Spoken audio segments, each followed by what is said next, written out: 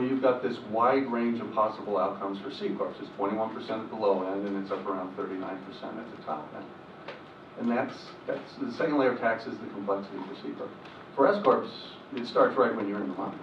I mean, all S Corps these days are going to be taxed at 37%, right?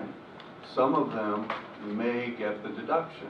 If you're a specified service business, you don't get the deduction. If you're not a specified service business, you will get the deduction, but it's subject to the guardrails and it's subject to limitation. If you have international income, you don't get the deduction. There are other things like that. If you don't have enough wages, you don't get the deduction. If you're structured wrong, and Treasury does the aggregation rules in a way that we hope they won't, then you won't get the deduction. So it gets really, really complex.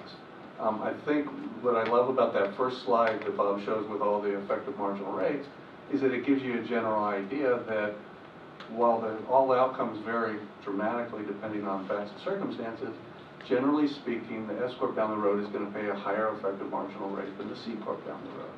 And so the challenge that we face with all that complexity is, okay, how do we take that complexity and turn it into a reasonable and effective advocacy strategy?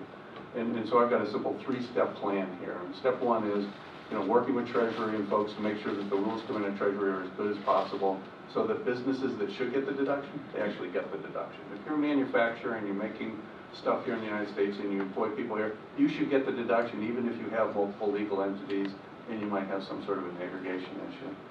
Two, we need to make things permanent. Doug's done some work on that front and I'm sure he'll address it, but the permanency issue is something that people are paying for right now.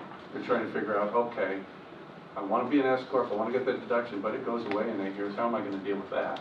And then the third thing is what Senator Johnson talked about, which is one of the reasons I really enjoyed my buddy relationship with him, is he's looking down the road like, okay, what does the real reform look like? How do we get all businesses to a place where you're taxing the S Corps and C Corps, public companies, closely held companies, just about the same. So they're all paying the same top rate, they're all paying it once, they're all paying it when it's earned, and there's none of this complexity like the second layer of tax on C Corps or all the different rules that we're dealing with S Corps. And that's the three-step challenge, right? Get the rules right out of Treasury, work on permanence so we build a foundation for the future, and then figure out what the end game is. And so